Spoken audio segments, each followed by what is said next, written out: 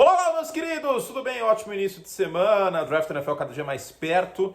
E vou conversar com vocês uma história bem legal, que é sobre a história do Draft NFL. As narrativas são tão importantes para a gente se apaixonar por esse evento, né? Já mencionei muitas vezes como a Fórmula 1 tem narrativas interessantes que foram bem abordadas pelo Drive to Survive. Então, Draft NFL é bem parecido. Se você está por dentro do que pode acontecer, as trocas, as histórias de bastidores, fica tudo muito mais legal.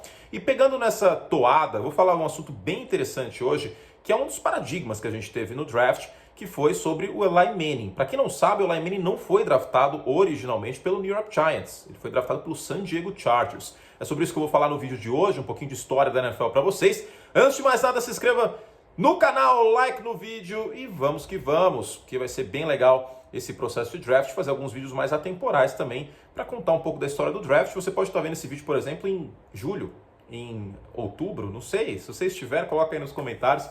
E vamos lá contar essa história. Antes de mais nada, um pouco de contexto. O Archie Manning, papai do Eli, ele foi um grande quarterback de Ole Miss na década de 60. Acho que muitos de vocês já devem ter visto um documentário da ESPN sobre a família Manning, que conta um pouco dessa carreira do Archie Manning. Pois bem, o Archie foi draftado pelo New Orleans Saints. Eu sei que hoje, quando a gente fala de New Orleans Saints, automaticamente a gente lembra do Superdome, do Drew Brees, do Sean Payton, do Super Bowl 44, de um time muito bom ofensivamente, das temporadas de 5.000 jardas do Drew Brees, do estádio lotado, da história incrível de redenção depois do furacão Katrina. Mas quando o Eli Manning foi draftado, a franquia era uma draga. E enquanto ele continua... Eli Manning não, falei Eli, né? Archie. Enquanto o Archie foi quarterback do New Orleans Saints, continuou uma draga. Mesmo com um talento como era o Archie Manning, os Saints não tiveram nenhuma temporada com mais vitórias do que derrotas. A temporada do Archie Manning foi muito esquecida por conta, dos times ruins que os Saints tinham na década de 70. Então, é importante fazer esse contexto, né? O próprio Archie Manning chegou a dizer depois, numa entrevista, bem depois de 2004, que a decisão não partiu dele. Não foi ele que ordenou o Eli a recusar o San Diego Chargers. E é aqui que começa a nossa história. Os Chargers, eles vinham de uma campanha 4-12 no ano anterior. E é muito louco pensar que essa recusa do Eli e esse processo de draft indiretamente fizeram o Drew Brees ir parar em New Orleans. Porque o quarterback do Saints, o quarterback dos Chargers naquela época era o Drew Brees. Só que não estava firmado na NFL, não era considerado um grande quarterback ainda. E aí em 2004, o San Diego Chargers, então San Diego Chargers, hoje Los Angeles Chargers, com a primeira escolha geral do draft, estava bastante interessado no Eli Manning, que consensualmente era o melhor quarterback prospecto daquela classe. E é uma classe muito talentosa. Até hoje a gente tem repercussão, né? Desses nomes, apenas um ainda está na NFL, muito provavelmente no seu último ano. Mas é uma classe com Eli Manning, Philip Rivers, recém-aposentado, Ben Roethlisberger e o J.P. Losman, que é meio que o patinho feio da classe. Mas esses três estavam na frente naquela época, tiveram carreiras melhores inclusive. O J.P. Losman foi draftado pelo Buffalo Bills, não deu muito certo. Mas Eli, Ben Roethlisberger e Philip Rivers eram muito considerados para um top 15, para o topo da classe. E o San Diego Chargers estava de olho ou no Eli Manning ou no Philip Rivers como possibilidade. O problema é que o Eli não queria ir para San Diego, né? Uma questão de mercado consumidor, uma questão de saber que os Giants tinham interesse num quarterback, uma questão de ver como a carreira do pai foi uma draga num time mal administrado, e isso é importante mencionar. O San Diego Chargers foi um time muito mal administrado na década de 90 e início da década de 2000, com muita instabilidade.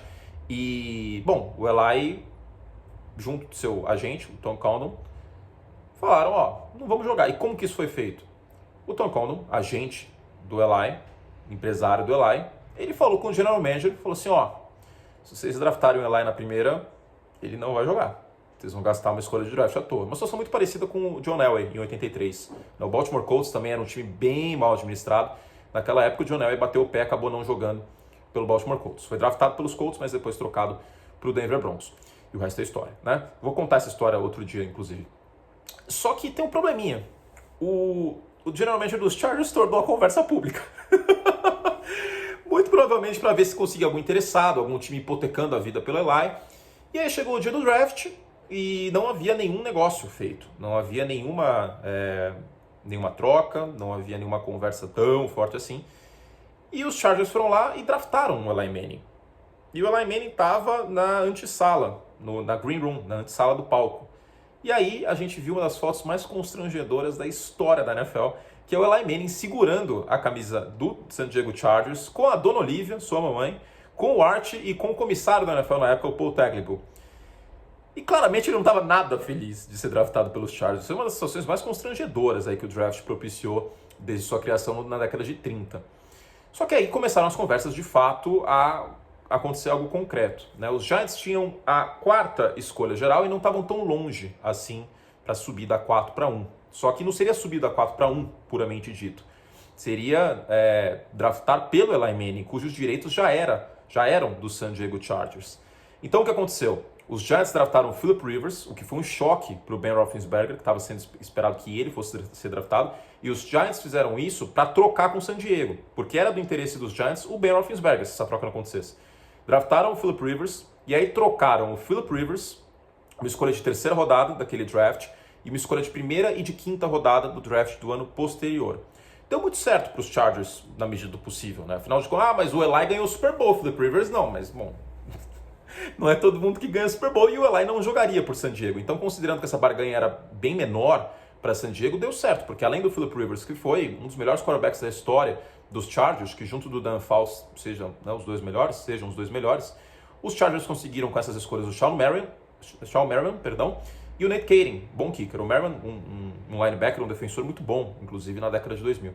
Então, esse pacote aí, Merriman, Kaeding e Philip Rivers, até que foi bom para os Chargers, considerando que poderiam ter ficado com o Eli, que não jogaria. E aí, provavelmente, não jogaria, e aí, no ano posterior, entraria no draft novo. Então, em vez de ficar de mãos abanando, conseguiram um quarterback. Philip Rivers chegou à final de conferência, inclusive a histórica, a final de conferência de 2007, que ele joga com um ligamento anterior cruzado rompido.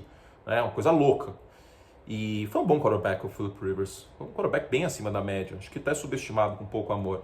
E o Eli Manning também, em certa medida, um quarterback subestimado, né? Muito decisivo. Aquele passe para o Mario Manningham no Super Bowl foi um dos passes mais bonitos que eu já vi na minha vida. O passe para o David Tyree tem um elemento de sorte envolvido, né? Porque o próprio Eli fala, eu vi uma camisa branca ali, eu joguei a bola, né? Que estava saindo de um sec, uma coisa muito louca. Mas o passe para o Mario Manningham é maravilhoso.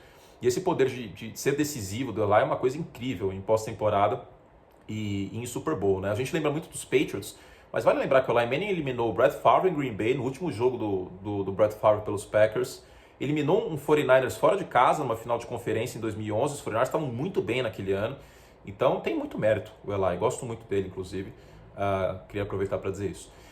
E é isso, essa é a história, né? O Pittsburgh Steelers acabou saindo com o Ben Roethlisberger, né? Faltou falar dele. O J.P. Losman foi para o Buffalo Bills. O Roethlisberger foi campeão, né? Deu certo também. E é uma classe que é um paradigma, né? Ela é uma classe que ela coloca a posição de quarterback bem no centro das atenções. A partir daquele momento, a coisa começa a pender mais para quarterbacks. A gente vê muito nos anos 80, anos 90. Nos anos 80 houve ocasiões que não teve nenhum quarterback draftado na primeira rodada, por exemplo. Mais de uma vez isso aconteceu. Nos anos 2010, isso é meio que surreal de imaginar, né? Pontualmente, a gente teve classes ruins de quarterback, como de 2013 com o A.J. Manuel, mas fora isso, todo ano tem pelo menos um cara que você fala, putz, esse cara aqui pode acabar rendendo, pode dar certo. E, enfim, o resto é história. Essa classe de 2004 é muito importante, tá bom? Fizemos todo o estrago que podíamos, espero que vocês tenham gostado do vídeo. Um beijo carinhoso pra vocês. Para mais conteúdo, assine o Curte Plus, né? Já tem bastante conteúdo aí, alguns vídeos históricos que eu vou fazer exclusivo para os membros. E é isso. Tchau, beijo carinhoso e até a próxima.